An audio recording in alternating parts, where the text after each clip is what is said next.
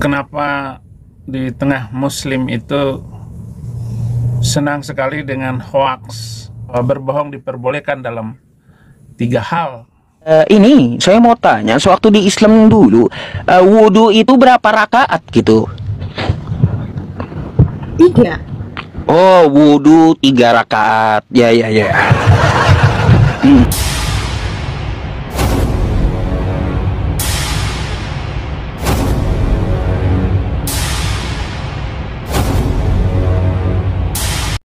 Assalamualaikum warahmatullahi wabarakatuh. Teman-teman, berjumpa kembali di Bintang Mu'alaf Channel. Mudah-mudahan kita semua selalu sehat walafiat di dalam lindungan Allah Subhanahu wa Ta'ala. Kesempatan kali ini kita akan menanggapi sebuah video dari pendeta murtadin, yaitu Saifuddin Ibrahim, yang menuduh umat Islam suka berdusta, umat Islam suka hoaks. Seperti itu tuduhan dari Saifuddin Ibrahim. Nah teman-teman, sebelum kita tanggapi, mari kita simak videonya. Halo ya, salam saudara-saudara. Membahas satu topik, kenapa di tengah muslim itu senang sekali dengan hoaks. Ya, mungkin perlu saya sampaikan dulu bahwa di Islam sendiri memang ada larangan untuk mengatakan hal-hal yang buruk yang berkaitan dengan kebohongan. Janganlah kamu membawa berita hoaks, baik di dalam hadis maupun di dalam Al-Quran.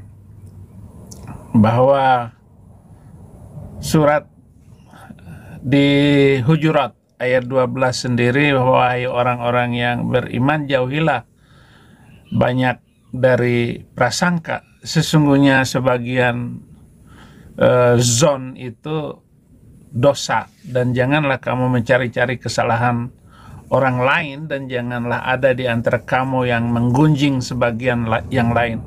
Apakah ada di antara kamu yang suka makan bangkai saudaranya? Tentu kamu merasa jijik.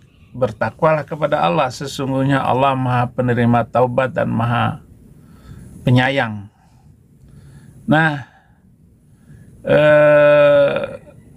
tetapi ada satu hadis dari Ummu Kulthum binti Uqbah menyatakan bahwa berbohong diperbolehkan dalam 3 hal. Hadis itu sudah terkenal sekali dengan menjalarnya medsos.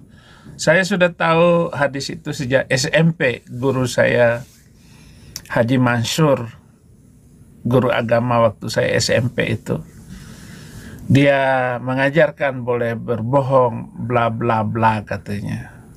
Tapi nanti kita bahas yang lain dulu. Jadi ada dua kontradiksi di dalam, baik di Quran maupun di hadis. Sedangkan hadis itu adalah tafsiran dari Quran itu sendiri. Ya baik, kita akan tanggapi tuduhan dari pendeta murtadin Saifuddin Ibrahim tadi ya. Hadis yang menyebutkan bolehnya berbohong di dalam 3 hal itu merujuk kepada pengecualian di dalam agama Islam terkait kebohongan. 3 kondisi tersebut adalah: yang pertama, berbohong di dalam peperangan; yang kedua, berbohong untuk mendamaikan 2 pihak yang berselisih; dan yang ketiga, berbohong untuk menyenangkan hati istri atau suami. Meskipun pada dasarnya berbohong itu memang dilarang di dalam agama Islam, Islam memberikan keringanan di dalam situasi tertentu demi kemaslahatan yang lebih besar. Nah, itulah yang dinamakan pengecualian. Penjelasan lebih rinci adalah: yang pertama, berbohong di dalam peperangan. Kebohongan di dalam konteks ini berkaitan dengan strategi perang atau taktik untuk mengalahkan musuh. Ini dilakukan untuk melindungi diri dan umat Islam serta mencapai kemenangan di dalam peperangan. Poin yang kedua, berbohong untuk mendamaikan 2 pihak yang berselisih. Di dalam hal ini, kebohongan seperti ini diperbolehkan yaitu untuk menciptakan suasana damai dan mencegah perpecahan. Contoh, menyampaikan hal-hal baik atau menutupi aib masing-masing pihak demi tercapainya perdamaian tersebut. Poin yang ketiga, berbohong untuk menyenangkan hati istri atau suami. Nah, kebohongan di dalam hal ini bertujuan untuk menjaga keharmonisan rumah tangga. Contoh, suami mengatakan masakan istri enak padahal kurang enak, atau istri memuji penampilan suami meskipun kurang rapi. Nah, itulah yang harus dimengerti ya. 3 poin kebohongan itu adalah pengecualian di dalam agama Islam. Jadi untuk Saifuddin Ibrahim dan semua non-muslim yang sering menuduh seperti itu, penting untuk dicatat bahwa kebohongan di dalam 3 kondisi ini haruslah didasari niat baik dan bertujuan untuk kemaslahatan, bukan untuk tujuan jahat atau merugikan orang lain. Das, boleh tanya nggak untuk memastikan aja gitu? Awalnya sih berhubungan sama ini Chinese Kristen. Oh, Chinese Kristen. Mbak, ini saya mau tanya, sewaktu di Islam dulu, wudhu itu berapa rakaat gitu? 3. Oh, wudhu 3 rakaat. Ya. Ya, top Mbak. Ya. Mbak mau nanya gitu, silahkan ya. Saya agak lupa sih. Apa yang mau ditanyakan? Itu kok berarti sembah manusia? Mbak kan murtad ke Kristen, betul? Iya. Betul. Kalau nya ke Kristen, Yesus itu manusia, betul nggak? Iya manusia, tapi dia ciptaan. Dia ciptaan. Ya, terus? Kalau Yesus ciptaan, berarti Anda sekarang nyembah ciptaan gitu. Maksudnya gimana sih? Iya. Sebagai komparasi atas tuduhan dari pendeta Murtadin Saifuddin Ibrahim, kita akan tampilkan beberapa ayat di dalam Bible kepunyaan pendeta Saifuddin Ibrahim. Ternyata di dalam Kristen itu boleh berdusta dalam segala hal. Kristen ditegakkan dengan kebohongan dan penipuan. Tahukah mengapa mayoritas Kristen terutama pendeta dan misionaris sering menipu, gemar berbohong, suka mengedit Bible, suka memutarbalikkan fakta, berlindung di balik kemunafikan, dan memiliki watak sebagai pemalsu? Kristiani menipu karena mereka percaya bahwa dusta dan kebohongan adalah halal demi tegaknya dogma kekristenan di muka bumi. Tahukah, Bapak Gereja bernama Eusebius dari Kaisarea dilaporkan pernah berkata, "It is an act of virtue to deceive and lie, when by such means the interest of the church might be promoted." Adalah satu perbuatan baik untuk berbohong dan berdusta, dengan begitu kepentingan-kepentingan gereja dipromosikan.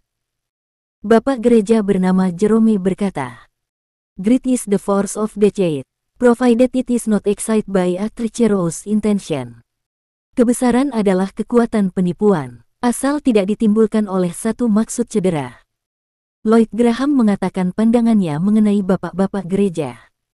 Adalah umum diketahui bahwasanya bapak-bapak gereja adalah penipu, Katolik mengakui hal itu. Berdasarkan Catholic Encyclopedia, pada semua bagian-bagian penipuan dan interpolasi ini sebagaimana kebodohan telah dibuat pada sebuah skala besar. Lloyd Graham, Deceptions and Myths of the Bible, hal 455 sos. Tahukah, pernyataan para tokoh gereja di atas bukanlah berdasarkan asumsi pribadi semata, tapi karena atas dasar statement Paulus dalam membela kekristenan yang dibangunnya. Dengan kata lain, Kristen memerlukan kebohongan dan penipuan demi keberlangsungan agamanya. Perhatikan pengakuan-pengakuan Paulus berikut. Paulus berdusta demi nama Allah, Roma 3 nomor 7. Tetapi jika kebenaran Allah oleh dustaku semakin melimpah bagi kemuliaannya, mengapa aku masih dihakimi lagi sebagai orang berdosa? Paulus mengabarkan Yesus dengan kepalsuan. Filipi 1 nomor 18. Tetapi tidak mengapa, sebab bagaimanapun juga, Kristus diberitakan, baik dengan maksud palsu maupun dengan jujur. Tentang hal itu aku bersukacita. Dan aku akan tetap bersukacita. Ajaran Paulus bukan dari Tuhan. Korintus 11 nomor 17. Apa yang aku katakan, aku mengatakannya bukan sebagai seorang yang berkata menurut firman Tuhan, melainkan sebagai seorang bodoh yang berkeyakinan bahwa ia boleh bermegah. Paulus penipu dan penuh kelicikan. Korintus 12 nomor 16. Baiklah, aku sendiri tidak merupakan suatu beban bagi kamu, tetapi dalam kelicikanku aku telah menjerat kamu dengan tipu daya. Tahukah, lagi-lagi Kristiani yang bekerja dalam sebuah lembaga yang disebut LAI, Lembaga Alkitab Indonesia, memperlihatkan watak mereka sebagai penipu dan pemalsu dengan mengedit pengakuan licik Paulus untuk merancukan persepsi pembaca. Dalam 2 Korintus pukul 12:16 versi LAI, dikatakan sebagai berikut. 2 Korintus pukul 12:16. Baiklah, aku sendiri tidak merupakan suatu beban bagi kamu, tetapi kamu katakan dalam kelicikanku aku telah menjerat kamu dengan tipu daya.